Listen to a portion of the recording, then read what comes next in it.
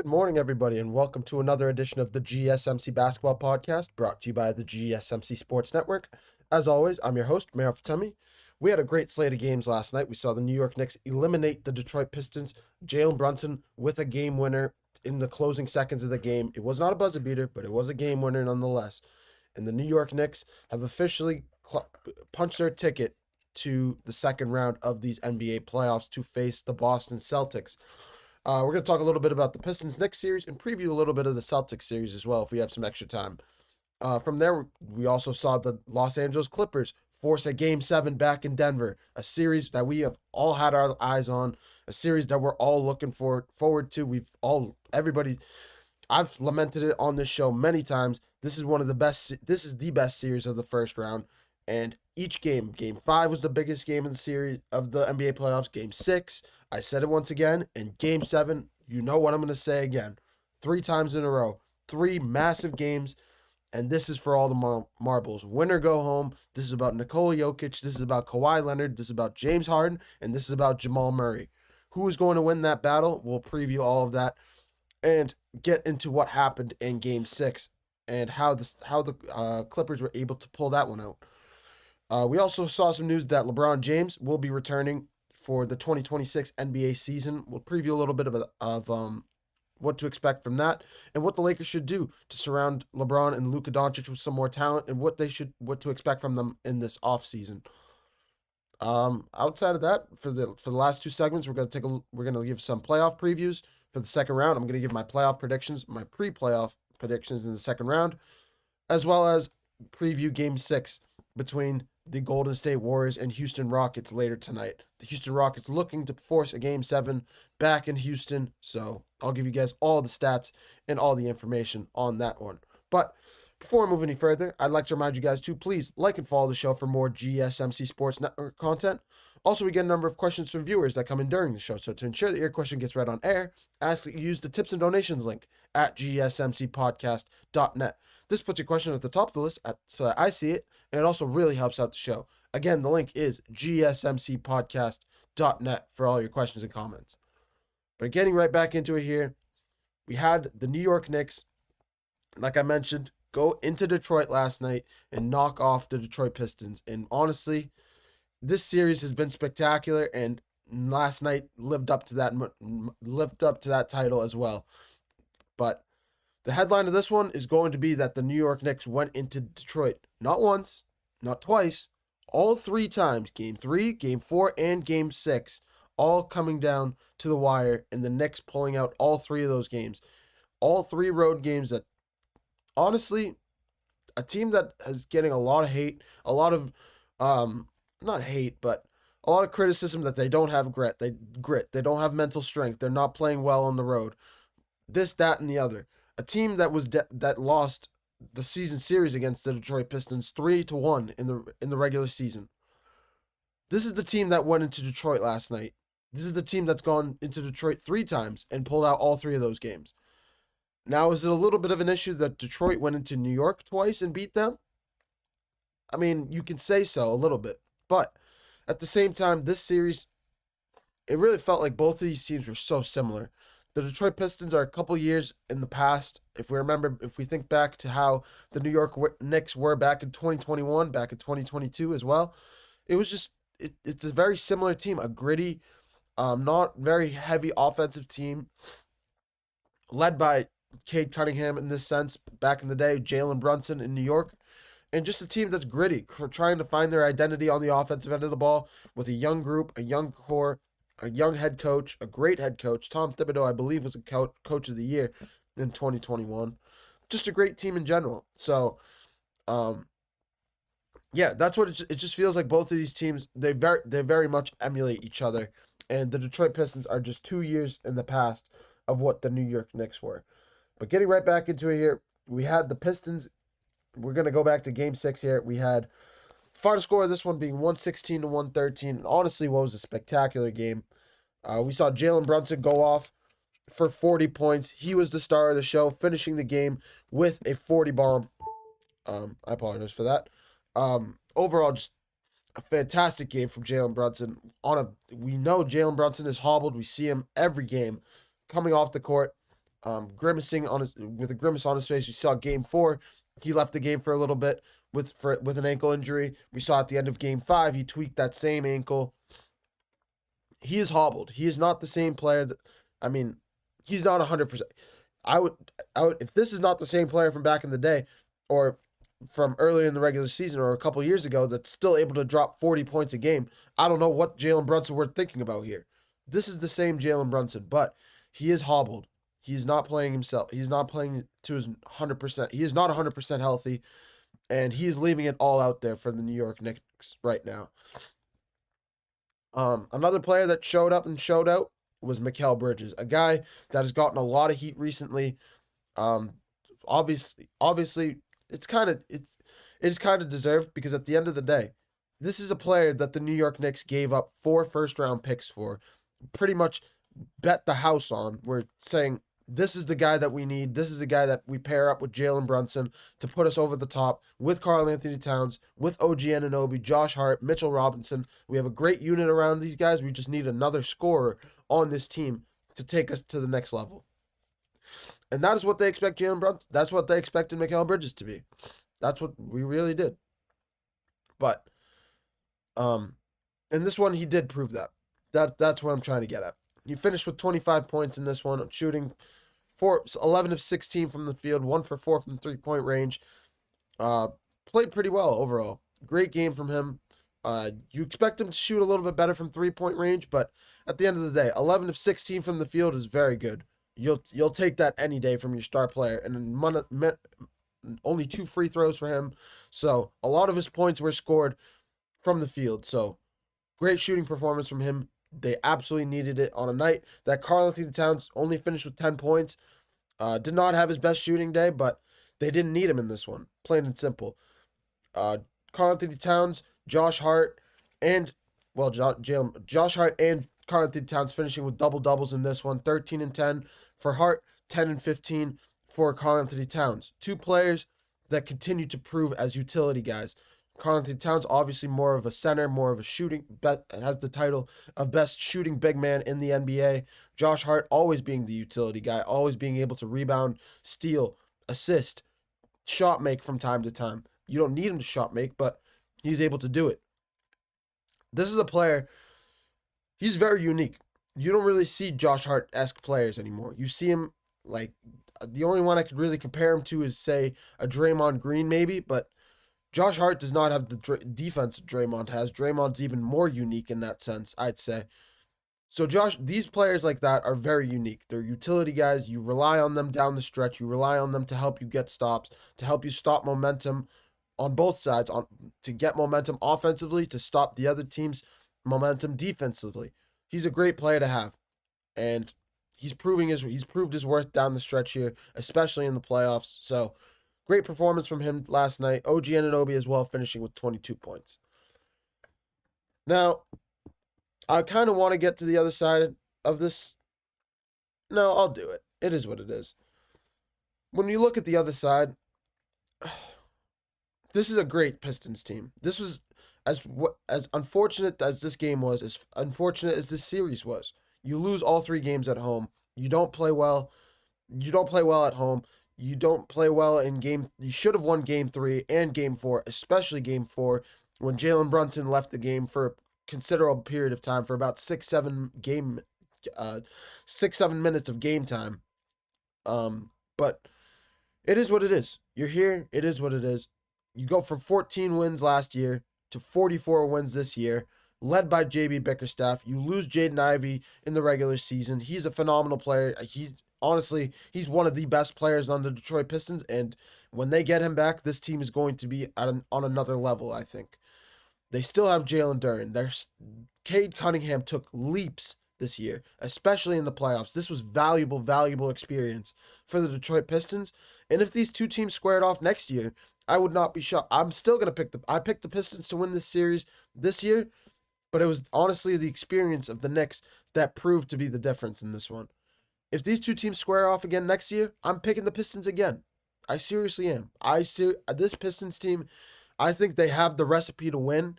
I think they lost a lot of close games that could have gone either way, and that was the reason why They lost the series, but they did go into Madison Square Garden in Game 5 and win that game. They did go into Madison Square Garden in Game 2 without only 2 games into this series after falling in Game 1, and they pulled out that game. They took control of it early, and that is what they need. I think they need another offensive piece. At the same time, though, you cannot look to trade a player. That is what I have to stress with this team. If you want to sign another free agent shooting player, another good reliable shooter, I'm trying to think of one off the top of my head. I don't even know who's on the market. If Klay Thompson's on the market, maybe you can get him. I would try and steer away from the big name players just so you don't get into the tax apron, the luxury tax apron, so you don't get high into those taxes, and the owners don't have to look at it and say, "Oh, we got to start looking at cost cutting here and there." That's another conversation for another day. We're starting to see that a little bit more, specifically with the Boston Celtics. Just try and get another guy on this team, maybe a seasoned veteran if you can. This Pistons team has the recipe to win. That is what I'm trying to stress and hit home. When you have a guy like Jalen Duren, who's only averaged about 10-10 in this series, 9-12, that's a normal stat line we see. But in an elimination playoff game, we see him go off for 21-6-3, 21.6 rebounds, 3 assists. That's growth. That is signs of growth. That is experience. That is valuable experience. You see Asher Thompson going off for 17 points. You see Cade Cunningham going off for 23 points, 7 rebounds, 8 assists. Malik Beasley is still performing at a high level with 20 points. If you can keep your core group of guys, you add Jaden Ivey back in the mix, you add Isaiah Stewart back in the mix, you keep growing and growing and growing on what you have right now. Just keep building on it. You're going to have a great team next year and 2 years from now. And you're possibly going to be able to compete for a championship as early as 2 years from now. I don't know if they'll be able to compete for it next year, but I think this was something that was due for the Detroit Pistons. The second that I saw this team drafting Cade Cunningham, Jalen Duren, I believe this was 2022 or 2023. I think it was 22. Or it was either 22 or 23. I can't remember exactly. But when you draft guys like that, when you have a high level draft class like with the 3 that I just mentioned, and they are excelling now in the clip that I kind of expected it. Especially when they're coming out of college, you knew how good this team was. You knew how good these guys were. They were NBA ready. And they continued to prove that time and time again. We saw Cade Cunningham at Oklahoma State playing at a high level. We saw Jalen Duren at Memphis playing at a high level. These were guys that we knew were going to play in the NBA, and Detroit was on the rise. They were just waiting for that spark. That's why it was a little shocking to see what happened to them last year. For a part of me did feel like this team was slipping a little bit, but I'm happy to see that they cleaned it up, because this is not going to be a fluke year. Some people are saying this Pistons team is a fluke. No. I don't know how you can look at Cade Cunningham at 23. I think he's 23. He could be 22. He is 23. A player like Cade Cunningham, who's just growing into a star, growing into a true offensive piece. I think if you want to tier him up if you want to make a tier of teams that are rising, that are on the come up, I think he deserves that. He deserves to be in the conversation of him and Paolo Banchero in terms of who has the better ceiling, who has a better upside to them. So I think Cade Cunningham is going to be here for years to come. I think the Pistons are going to continue to grow as a team, and I think this is going to be valuable experience for them. But the New York Knicks, we have to stay in the present right now, because these NBA playoffs are not over. We can go into the Detroit Pistons in the offseason. For now, we have to continue to watch the New York Knicks, because they have set themselves up with a date with the Boston Celtics, a team that has had their number for the last 3 years or so, a team that continues to dominate them. And it's going to be interesting to see how that all plays out. I've run out of time, so I won't be able to preview that series, but I will. I promise I'll preview that early next week. But coming up next, I'm going to take a short break. Coming up next, we're going to take a look at the Clippers Denver Nuggets series. The Clippers forcing a Game 7 last night back in Denver, and we're going to recap that and preview it because unfortunately I wish I could preview it, but that game will take place on Saturday night and I will not be able to preview it on this stream. So I'm going to do it now. You're watching the GSMC Basketball Podcast, and we're going to talk about the Clippers Denver Nuggets series. Don't go anywhere now. I feel like I'm losing my mind. Is everybody in the world blind? Please, Lord, give me a sign, a sign. I feel like I'm losing my mind. Is everybody in the world blind? Please, Lord, give me a sign, a sign. I wanna be the greatest. Everybody on the fake shit. I look around and feel like everybody is the fakest. I make this every day and I'm impatient, hoping one day I blow up from the basement. Statement, the top is so vacant. I don't hear shit that I think is amazing. Waiting for my day when I'm playing sold out shows for 1,000 faces. Hey, give me that crown, get in my way and to be put down. It ain't your place, all this my town. If I want that shit, then I'll get it right now. I'm losing it, the noose it fits, some losing shit, a stupid myth. You choose to live or choose to dip, you choose to fight or lose your grip and lose a gift. I feel like I'm losing my mind. Is everybody in the world blind? Please, Lord, give me a sign, a sign. I feel like I'm losing my mind. Is everybody in the world blind? Hello, everyone. Welcome back to the GSMC Basketball Podcast, brought to you by the GSMC Sports Network. As always, I'm your host, Mehrob Fatemi. Getting into our next segment here, we're going to talk a little bit about the Los Angeles Clippers squared off against the Denver Nuggets in Game 6. The Clippers winning this game, forcing a Game 7 back in Denver, and a series that continues. If we could get a best of 15 in this series, sign me up. I think everybody would be in agreement for that because this is the best series in basketball right now. This truly is. A series that's gone back and forth. Teams just throwing haymakers back and forth, and this is just the latest edition of that. But yeah, before I get into that though, I'd like to remind you guys to please like and follow the show for more GSMC Sports Network content. Also, you get a number of questions that come in during the show, so to ensure that your question gets read on air, I ask that you use the tips and donations link at gsmcpodcast.net. This puts your questions at the top of the list so I see it, and it also really helps out the show. Again, the link is gsmcpodcast.net for all your questions and comments. But we got to get right back into it here because this is going to be a loaded segment. This is the series. This is the premier series in the NBA. If there is one series that has a circle around it, if I had a brand new NBA fan and I had to sit him down and ask him to watch one series game by game, I'm sorry, but I'm picking this one. If you like basketball, you like this series. This is the series between two teams, a Denver Nuggets team that won the NBA championship 2 years ago. Last year, they lost in Game 7 to the Minnesota Timberwolves. It was an unfortunate loss, but it is what it is. The Minnesota Timberwolves just went into the LA this past series and beat the Los Angeles Lakers.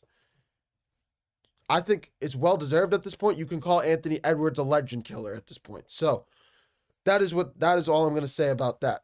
But they still have Nikola Jokic. They still have Jamal Murray. They still have a star-studded group, a group mixed with veterans, mixed with young players. You still have Aaron Gordon. You have Russell Westbrook coming off the bench. You have Christian Braun, who's growing into a six-man for this team.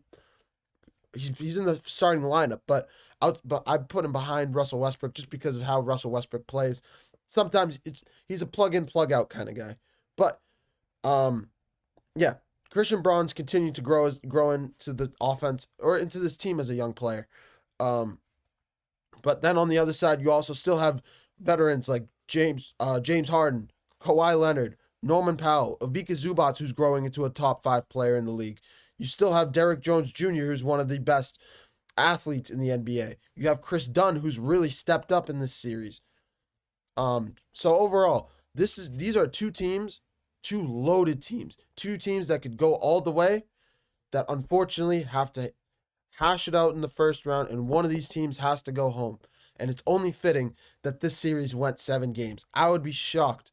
I would have been shocked if I came on the show today and Denver had won game 6. Not because Denver's a bad team, but because of how good this series is, of how it would just be fitting for two teams that are so equally matched in terms of level of play that this series goes 7 games. So yeah, that's where we are now. The Clippers taking out the Nuggets 111-105 last night.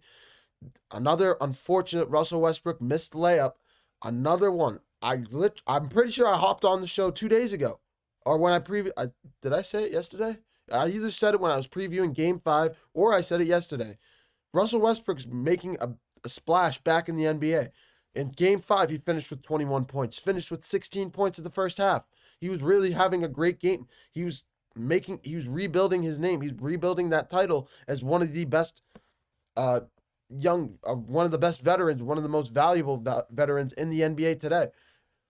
And then you come back, and I did mention it. I said Russell Westbrook did miss that layup against the Minnesota Timberwolves, and it cost him that game.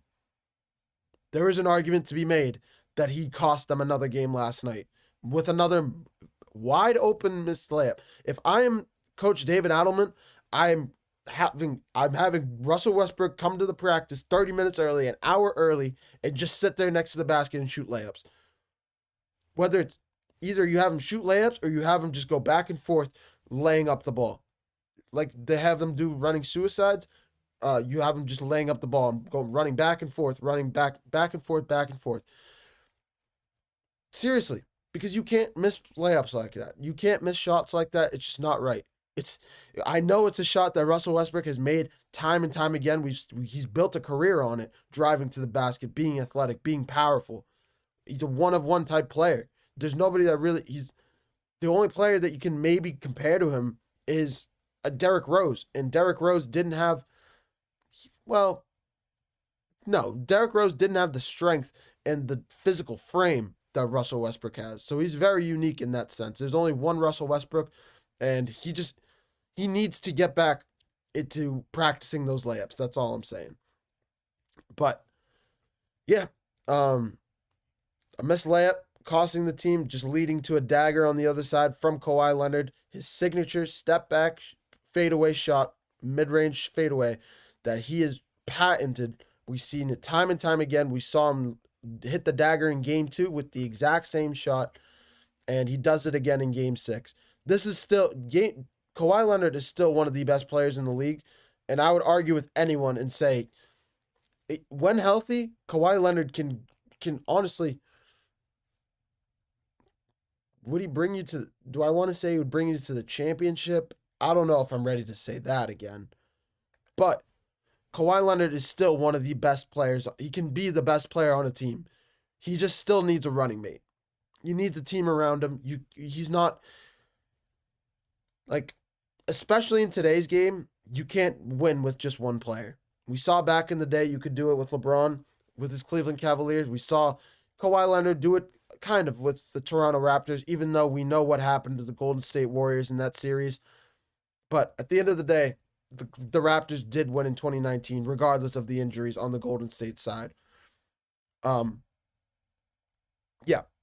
Kawhi Leonard is still one of the best players in the league. When you have players like James Harden around him that can go off for 28 points, when you have a guy like Norman Powell around him who's had kind of a quiet series, I haven't mentioned him as much as he probably deserves. He did finish with 24 points in this one, and he's one of the best. He's probably one of the best third options left in the NBA playoffs right now, outside of maybe Boston, and who else do I want to pick ahead of Norman Powell? Outside of maybe Boston, I think that's it. Maybe you can make an argument for a Brandon Podziemski, but I think Podziemski's a little young, so I don't know if I'll do that. I think outside of Boston, Norman Powell is probably the best third man in the league.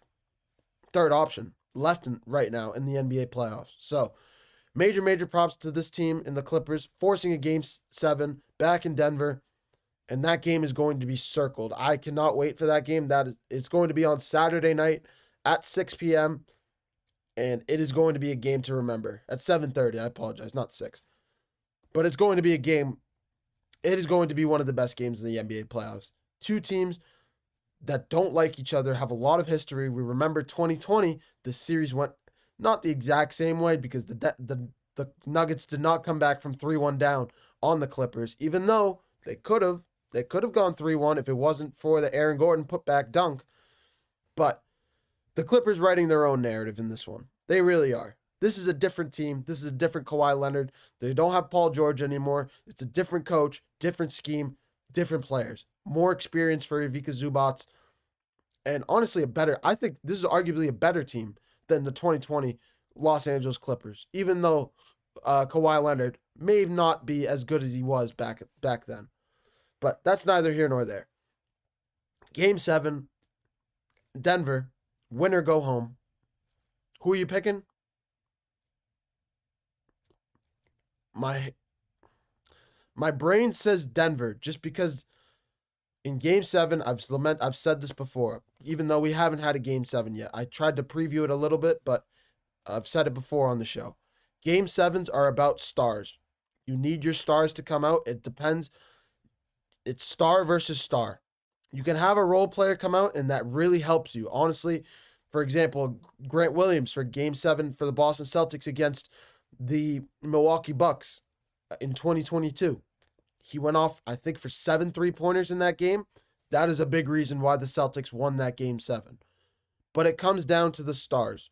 It comes down to Nikola Jokic. It comes down to Jamal Murray going up against Kawhi and James Harden. Who is going to win that matchup?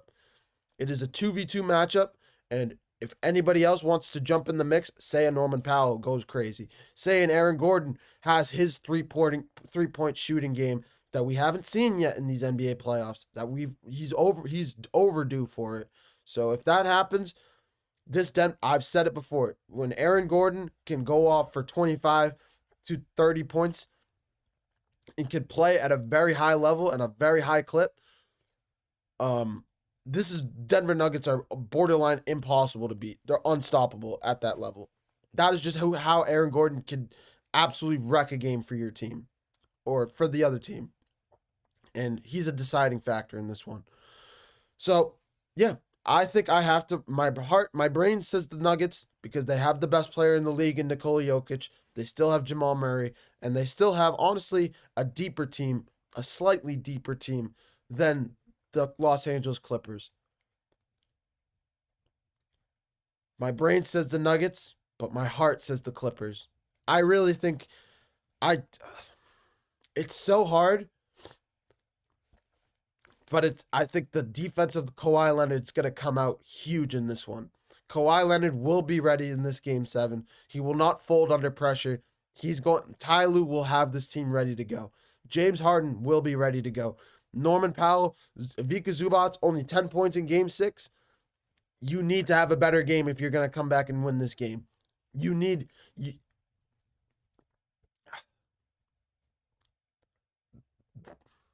Nuggets stole one in Games 4 with the putback dunk. The Clippers lost Game 1 in heartbreaking fashion from the Russell Westbrook tip away from, well, part of it is Russell Westbrook's defense. Another part of it is Kawhi Leonard and James Harden combining for 20. I think it was 20. I think it might be closer to 14 turnovers. Regardless, whatever it might be, I think Kawhi Leonard had 7 turnovers in that game, Game 1. Regardless of what it might be, Clippers losing Game 1 in heartbreaking fashion. Lose Game 4 in heartbreaking fashion. Come out in Game 6. Come out in Game 3. And just wreck the games. Win Game 2 and I wouldn't say if they wrecked Game 6, but Game 3 they wrecked the game. Game 2 and Game 6 winning squeaker games. Each game is a thriller. Plain and simple. Outside of Game 3, every game has been a thriller. And I think we're due for another one. Game 7 will come down to the last possession, I believe. And it'll come down to who wants it more, who makes the shot. Is it going to be who's going to have the ball in their hands at the end of the game? I think that plain and simply will decide how this one plays out. But that's all I got for that.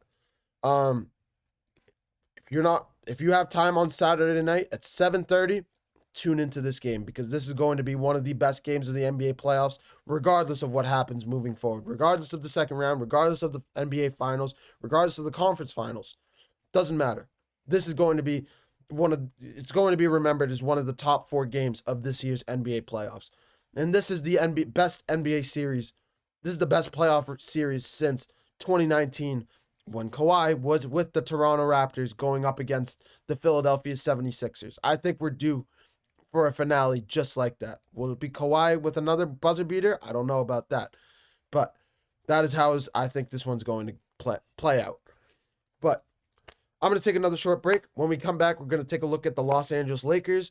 Shams Charania for ESPN reporting yesterday that LeBron James is expected to return for one more season for the Los Angeles Lakers. It's not confirmed by LeBron, but it's about 95% sure that he's expected to come back for one more year, for one last farewell season before he hangs up the jersey once and for all. I'm going to preview what to expect from the Los Angeles Lakers in the offseason, as well as talk a little bit about LeBron and what his deciding factors would be into coming back for one more year. You're watching the GSMC Basketball Podcast, presented by the GSMC Sports Network. Don't go anywhere. Looking for your daily fix of sports talk without having to pay for it? GSMC Sports Network is available on YouTube. Just search GSMC Sports Network. Get your fix of daily sports talk shows on YouTube, absolutely free. NFL, college football, NBA, MLB, MMA, UFC, fantasy football, and so much more. GSMC Sports Network has shows running all day long, with new sports shows starting every 2 hours. Just like on your favorite cable sports channel, except GSMC Sports Network is absolutely free. Just search GSMC Sports Network on YouTube to catch one of your new favorite shows, like the GSMC College Football Podcast, Chip Shot Football Podcast, Hoops and Heels Women's Sports Podcast, GSMC Basketball Podcast, and so many more. Check it out for yourself. GSMC Sports Network, now available on YouTube absolutely free. Search GSMC Sports Network on YouTube right now.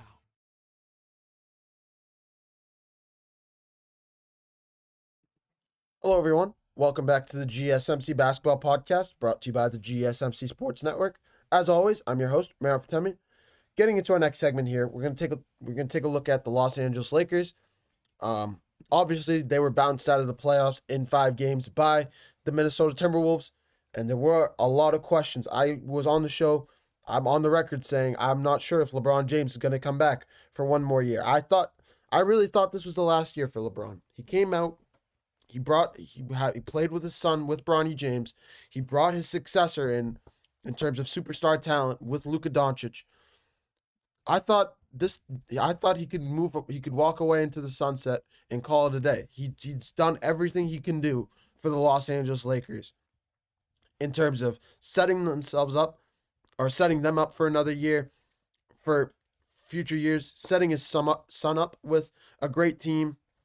He's done everything that he needed to do, and he was good to walk. What else? You could just walk away. He could walk away, and you couldn't say it. He could walk away. He could say he accomplished all of his goals, plain and simple. Now, it hasn't been officially confirmed yet because it's not confirmed because it hasn't come out of LeBron's mouth. Until it comes from LeBron's mouth, we have no idea. There's still a chance that he could retire in the offseason. But Shams Charania, the ESPN insider, one of the best basketball insiders across all platforms, reporting last night that LeBron is expected to come back for the 2026 season, and the 2026 season to be his last year in the NBA. There have been notions about a possible farewell tour and whatnot. A little nugget of information that a lot of people have not also talked about. Bryce James, LeBron's other son, will be eligible to play in the NBA in 2026. I believe he committed to USC I'm not 100% sure. I haven't really looked at the I haven't really looked at Bryce's highlights and whatnot. I haven't really kept up to date with it. I'm trying to find it right now. But regardless of where he goes, I believe he's going to USC. He will be eligible to play in the NBA next year if he wants to declare for the NBA draft. I don't think LeBron's going to play another year after 2026. But just a little nugget of information. But he does have Luka in there now. He did mention in the post-game interview after Game 5 that any midseason acquisition, this was his words, any midseason acquisition, it takes time to build chemistry, and any midseason trade acquisition is tough to grow chemistry with in a short amount of time. So, especially it's been a standpoint with Luka, he wasn't expecting it, leaving Dallas in heartbreaking fashion, in shocking fashion, and coming to LA. LeBron losing Anthony Davis, really switching schemes. He said this on the interview as well. Really switching schemes with the high pick and roll that they used to run with Anthony Davis, get the ball into AD's hands in the low post, to now trying to get the ball into Luka's hands early on, and instead of getting a big man open in the low post, getting a shooter open from the outside. So overall, it was just tough. It was a tough season overall for this team. A lot of things going on, and it's not easy for a mid-season trades for players, especially and Luka's standpoint, to be ready to go, to have all their eggs in one basket, to have everything ready, to have the chemistry, to build chemistry in general. It's just tough to do. So, yeah. What do we need? What should we accept? What should we expect from these Lakers in the offseason? I think plain and simple, you need to get another shooter for this team. Scratch that. That's number 2. Number 1, get a big man on this team. What did the Minnesota Timberwolves absolutely expose in Game 5? Whether the Lakers won Game 5 or not, they were losing this series. They were not going to be able to handle that pressure in Game 6. They were either going to lose Game 5 or they were going to lose Game 6. I would have been shocked if it went to Game 7. Just because, unless it was unbelievable shooting, if we saw vintage shooting from Luka Doncic and LeBron James throwing shades of Kyrie Irving and LeBron James in the 2026 NBA Finals in Game 6, when both of those guys went off for 41 points, unless we saw a level of performance on that level, these Lakers were going to be one of the best teams. These Lakers were going to go home in either Game 6 or Game 5 or Game 6. When you have a guy like Rudy Gobert, I won't say what I won't finish that thought, but when you have a guy like Rudy Gobert, who's one of the best big men in basketball, a physical specimen that Rudy Gobert is, you just look at him. He's a specimen. He's like Russell Westbrook, except he towers and is bigger and bulkier than any center in the league right now. He's arguably the bulkiest center in the league right now. Today, you could make that argument.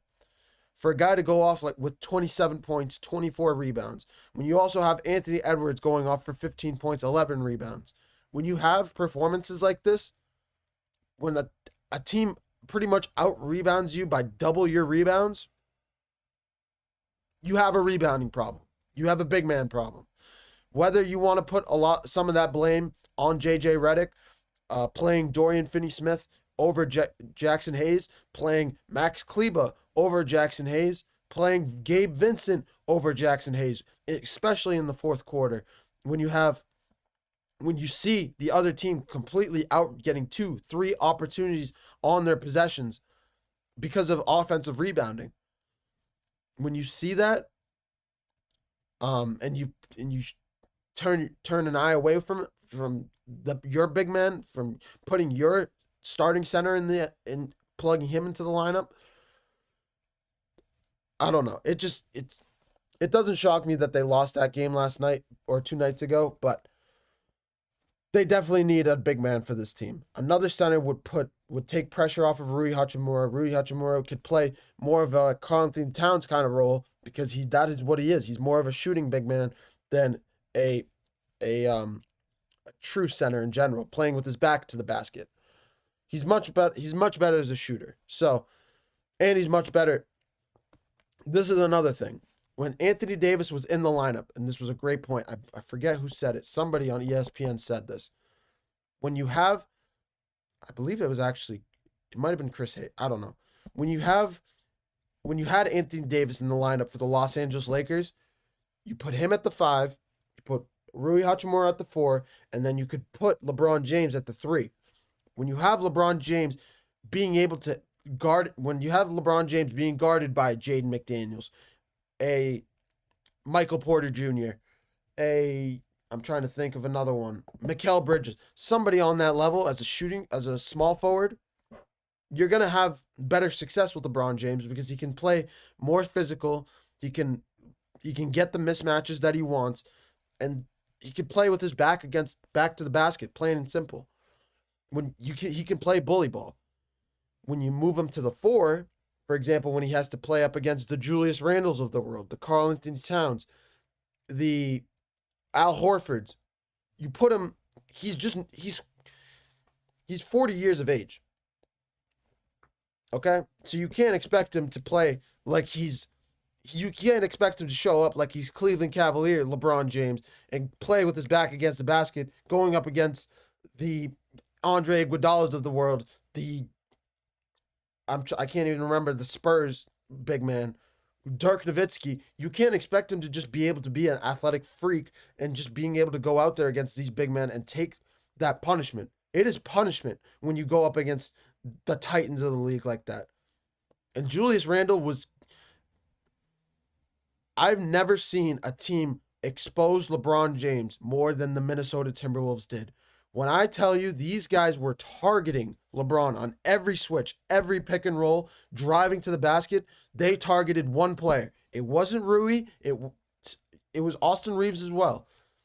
But it was mainly LeBron because they knew that LeBron, if you just keep chipping away at that brick wall, it's not going to stay solid like it used to. LeBron is getting older, and he's not the same player that he used to be.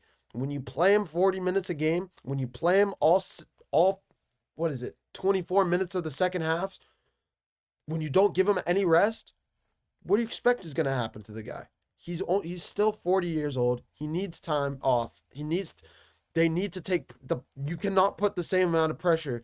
He cannot take that pressure that he did in Cleveland. We saw it in 2021 against the Nuggets.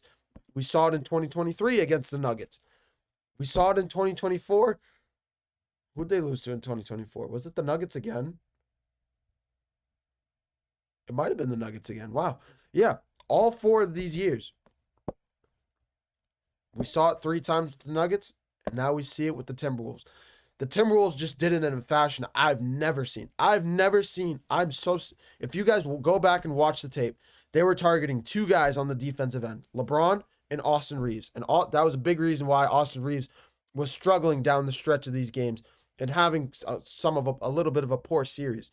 It doesn't give him a pass in terms of how poorly he played offensively, but it's notable in terms of the defensive scheme that the Timberwolves were playing. But that's all I got to say. The Lakers need a shooter. They need a center, number 1, and they need a shooter. If they can do either of those two, if they can take care of the center position, I think they can go on a deeper run. If they had Mark Williams, I think they could have had an answer for Rudy Gobert and Julius Randle. But that's a topic for another day. I'll have more to talk about with the Lakers in the offseason. But just because we're in the NBA playoffs, I do have to cut to another break because we have to get right back to the action here. In Game 4, we have, in my next segment, we're going to cover Game 6 between the Houston Rockets and the Golden State Warriors. The Rockets trying to force a Game 7 back in Houston, but they have to go up against the Warriors. The Warriors getting embarrassed in Houston in Game 5, being down 30-plus points, I believe all the way up to 33 points, was the biggest lead for this Houston Rockets squad.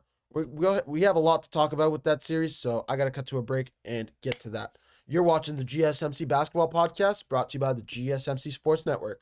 Don't go anywhere.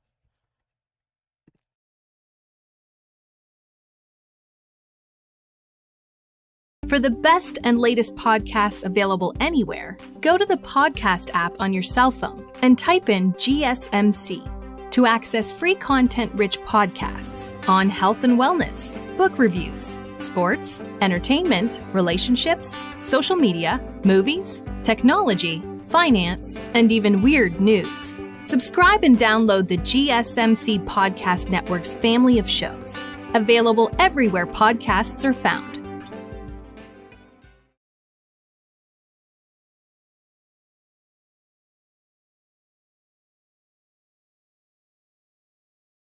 Hello, everyone. Welcome back to the GSMC Basketball Podcast, brought to you by the GSMC Sports Network. As always, I'm your host, Mehrob Fatemi.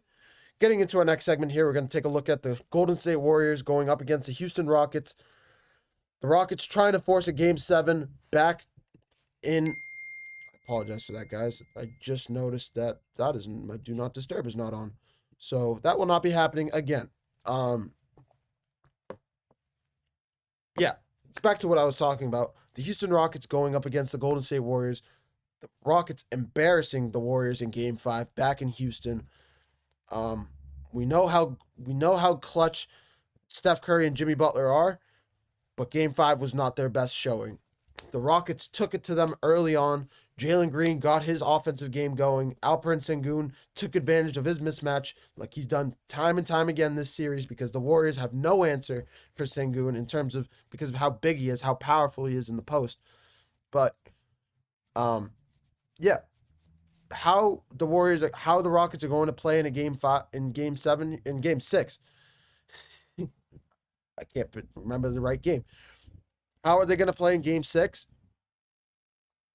It depends on how they can get their offense going. I think we are in for a great game in Golden State tonight. I think Houston is going to come out hot. I think they're going to show their tenacity early on, just like they did in Game 5. But I don't think we're going to see the same Warriors team that showed up in Game 5. Steph Curry will be ready to go. We are not going to see another 1 point first half performance from Jimmy Butler like we did in Game 5. He will be ready to go. I seriously believe he is still one of the most clutch players in the NBA. And we saw it in Games 1 and Game 4 of this series. He went off for double-digit fourth quarters. So we know how Jimmy Butler is. We just have to see it. Plain and simple. Steph Curry will be back tonight. We will not see another minimal performance from him. He only had, I think he had 13 points in Game 5, something minimal. He had 0 points in before the second quarter when he went off for 11. Outside of that, he didn't really have a great game outside of the second quarter, trying to will this team back into the game. But yeah, Steve Kerr will have this team ready to go. Another major factor of this one, how are the Rockets going to respond to the environment of Golden State? Unlike the Detroit Pistons, they did not win Game 3 or Game 4. This is their third time now in Golden State. Game 4 was very close. They had a chance to win the game.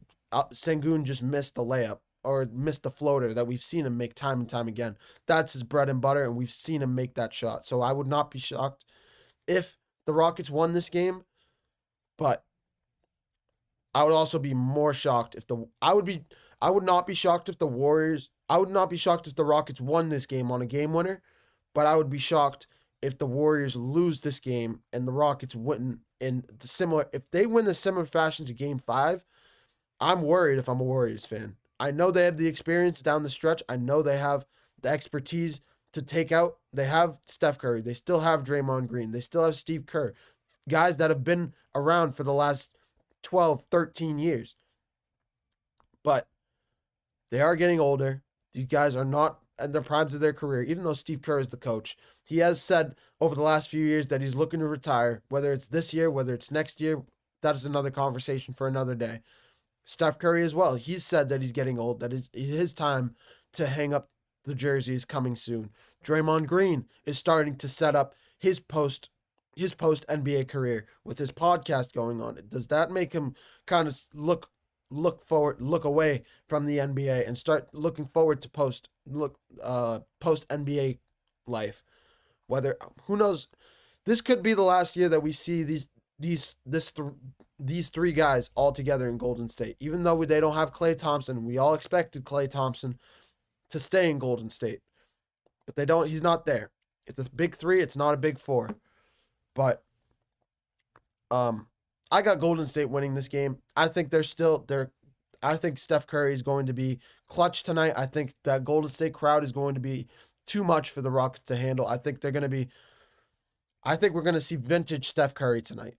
Vintage Steph Curry. If you guys remember how Steph Curry played in games 1 and game 2, was it game 2? No, at least game 1, when Steph went off for 36 points and those crazy threes that he was making. I think we're going to see another performance like that. I would not be shocked if Steph Curry goes off for 40 points tonight because of how I don't think he wants this series going back to Houston, and I think he wants Minnesota. He wants to face Minnesota on Sunday night. He wants to win this game. That way he can go to Minnesota on Sunday night and meet with Anthony Edwards in the second round of the playoffs. That's my take on it. The Rockets will give them a handful. I think do not underrate the Rockets in this series. Do not underrate the Rockets in this game.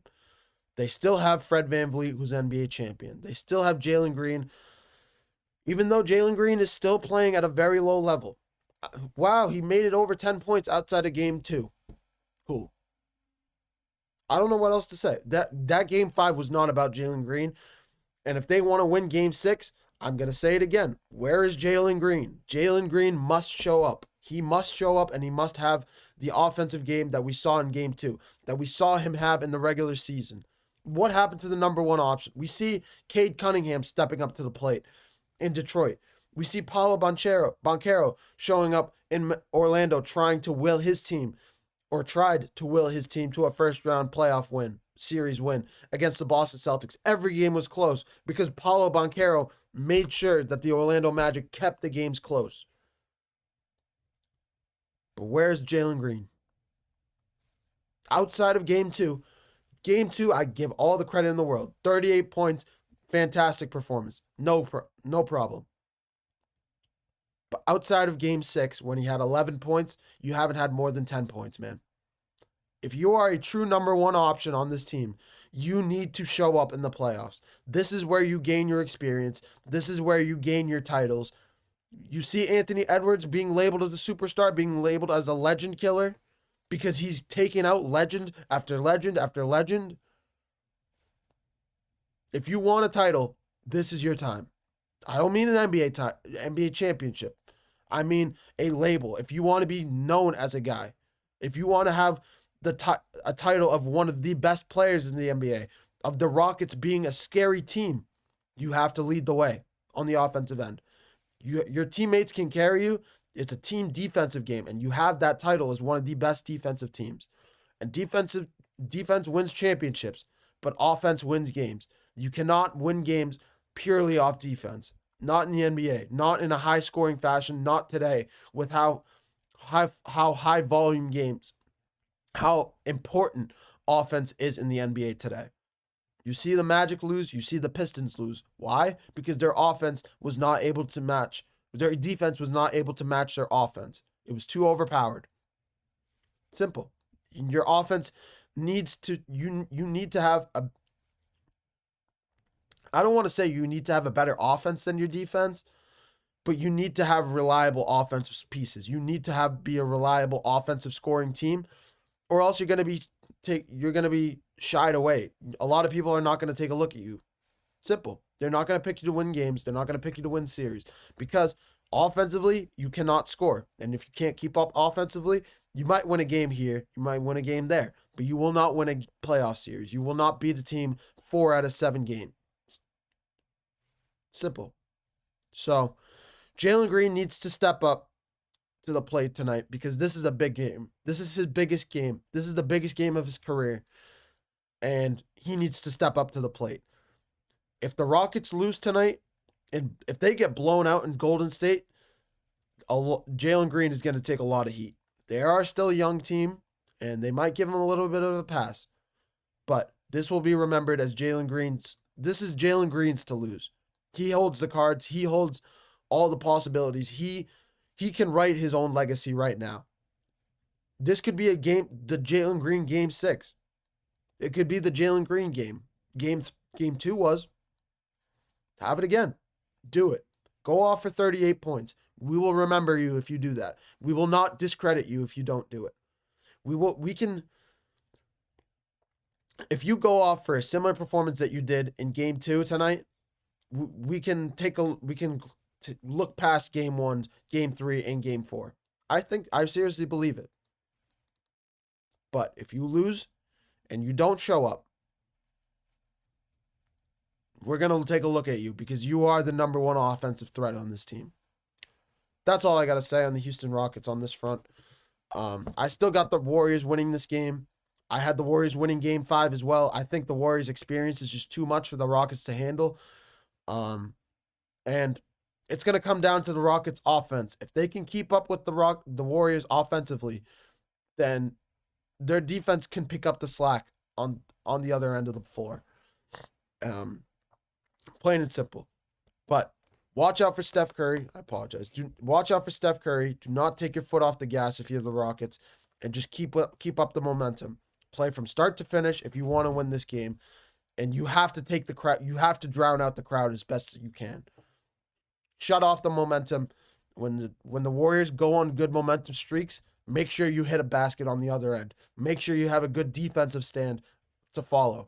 Drown out the crowd as much as you can to give yourself a chance, because the Warriors love to feed off of their crowd. It is the biggest thing that they've lamented. This is one of their staples in terms of the playoffs. Golden State is renowned as one of the best playoff atmospheres in the NBA. So I think that just gives the edge to the Warriors on that front. But that's all I got for this series. I think the series is over in Game 6. If it goes to Game 7, I'm still picking Golden State. But if the Rockets want to win either of these games, it's going to take their offense to win them. Seriously, it's going to take another offensive performance from Fred VanVleet. Game 5 was about VanVleet, Amen Thompson, and Dylan Brooks. The problem is Amen Thompson is not the shooter that he was in Game 5. That is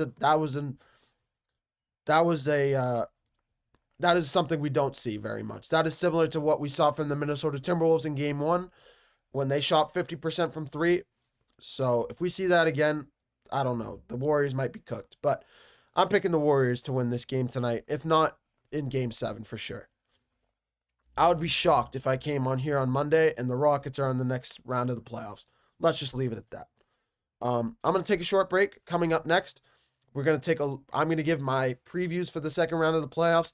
See who's going to make it out of these last two series of the first round, and then preview what to expect in the second round series. Give a little bit of my thoughts, and there is one series that I've hinted at. If you guys have been watching the show, the Indiana Pacers and the Cleveland Cavaliers. I've hinted at it multiple times, and I can't wait to talk about it.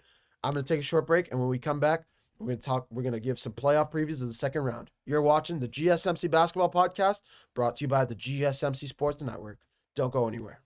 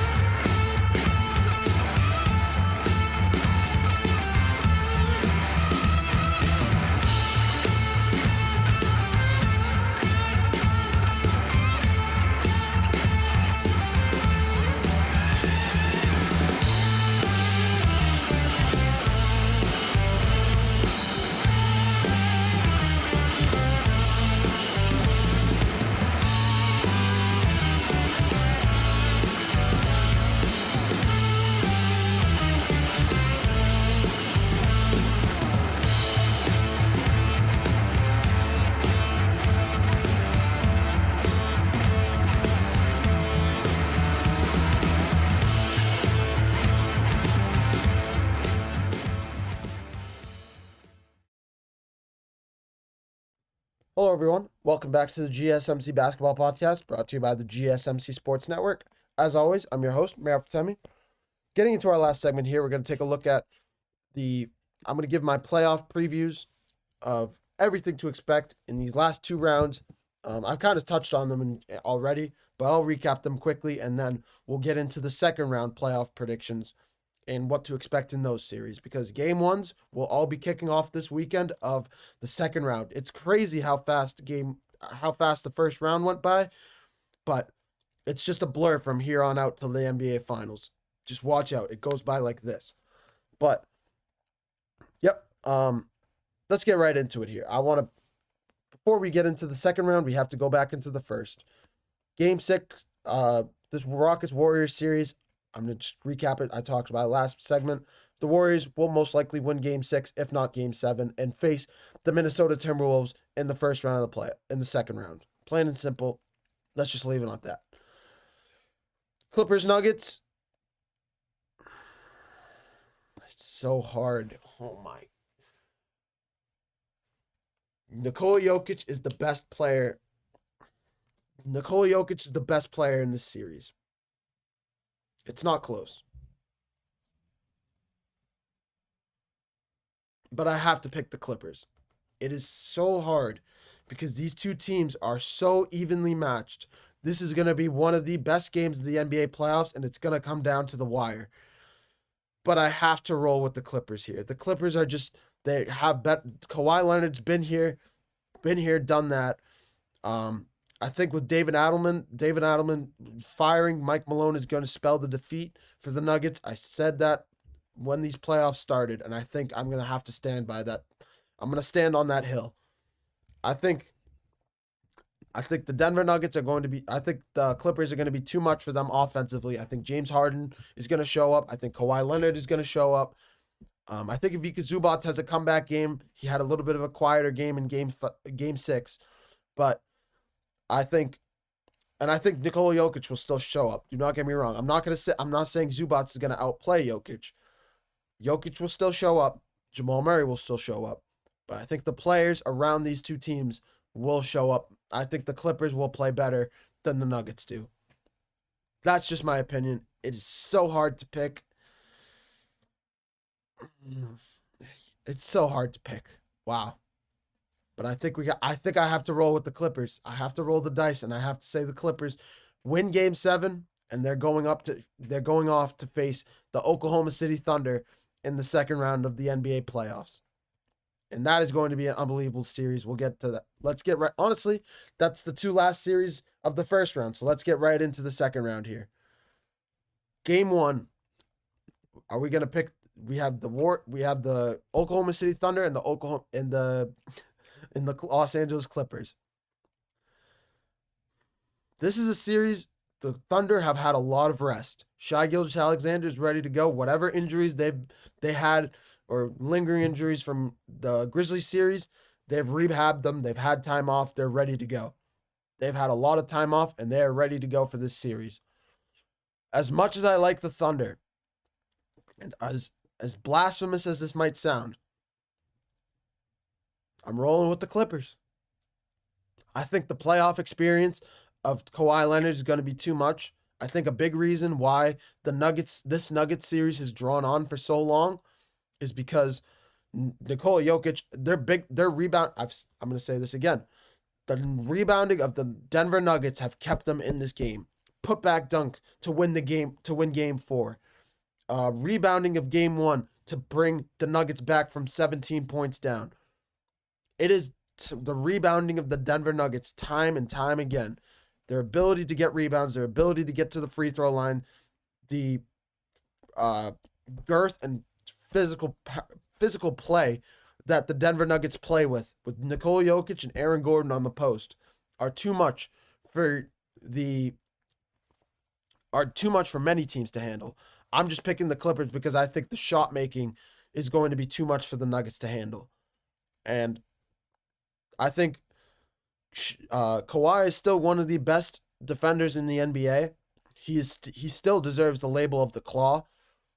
But I got the Clippers winning this series. I got the Clippers. I think his defensive I think he's going to put on a defensive masterclass on Shai Gilgeous-Alexander. I really think Shai could be taken out of this series offensively, and they're going to force somebody else to beat them, a Jalen Williams, a Chet Holmgren, an Isaiah Joe, somebody else. Or it's going to be a collective group. It's going to have to be a collective offensive just chemistry game, regardless of series, whatever it's going to be. It's going to have to be the Thunder collectively, offensively, to take out the Clippers. But I think the Clippers defense, I think Kawhi's defense is going to be too much for Shai to handle. And I got the Clippers winning this series in 6 games.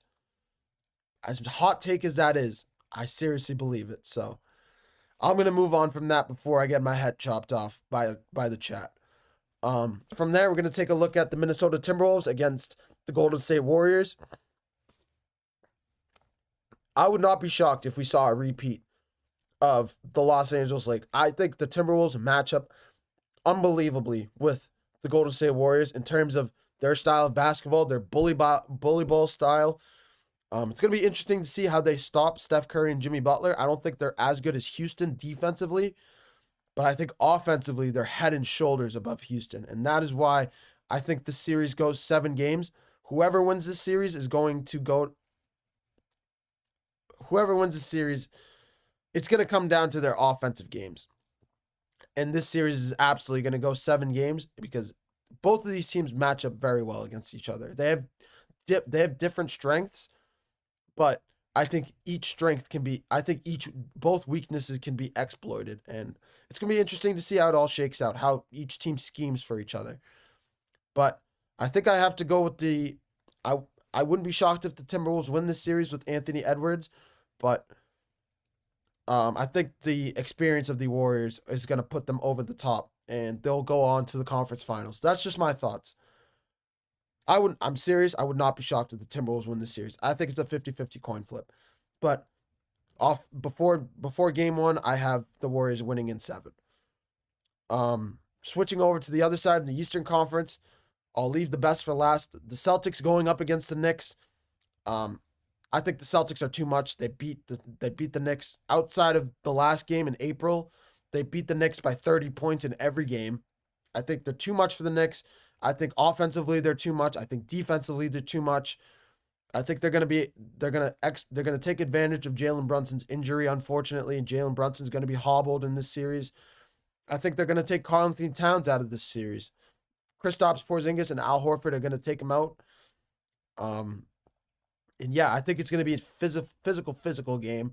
Jason Tatum always loves to go up against the Knicks just because he sees them as barbecue chicken every time. Loves to go up against them. Has phenomenal playoff performances against them every time he goes up against them. Jaylen Brown will most likely also have a field day. I think this rest has been crucial for the Celtics. I think a Game 7 would have helped them. You have some extra rest. But regardless of the fact, they've had 4 days off, I believe, 4 or 5 days off. Has it been 4 or 5 days off?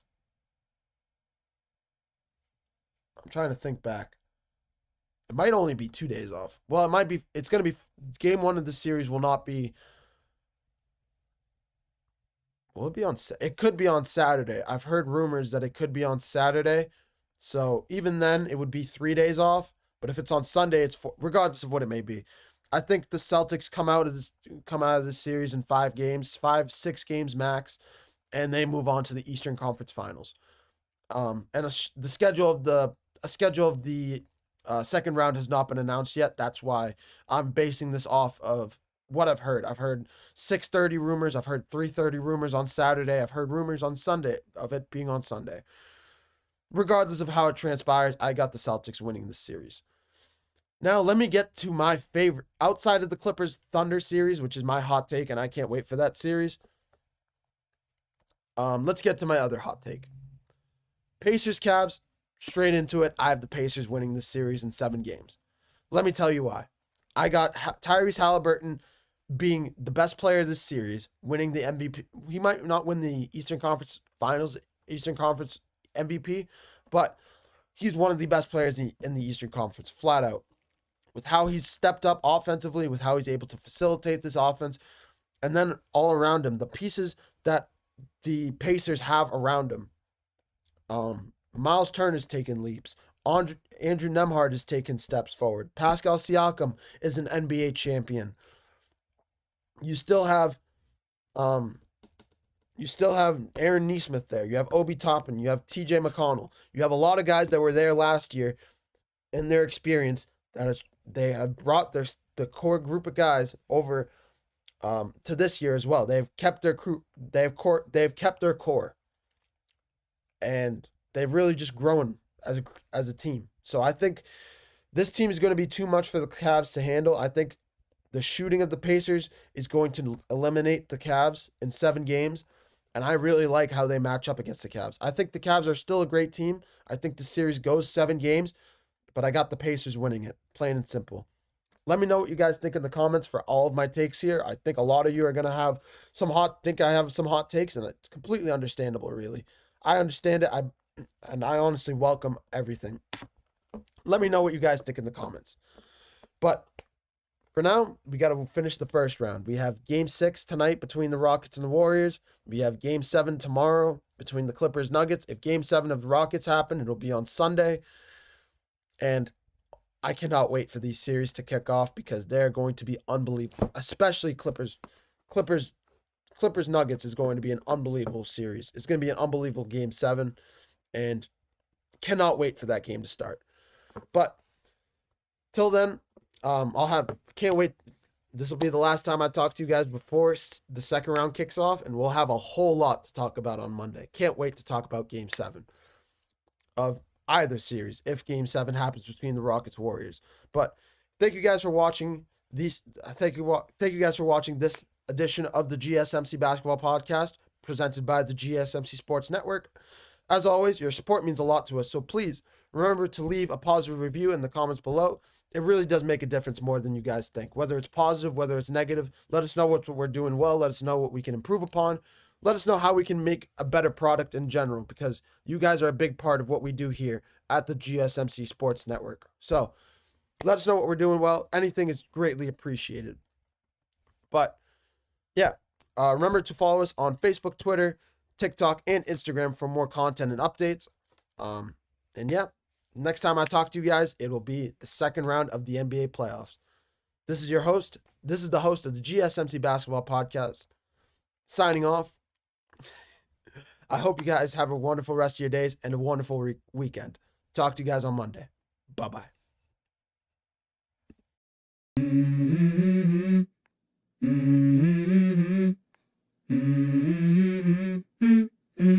Let's go. I wake up to a little bit of drool on my pillow, feel like it's gonna be a bad day. Yeah, I'm tired of shit, and the coffee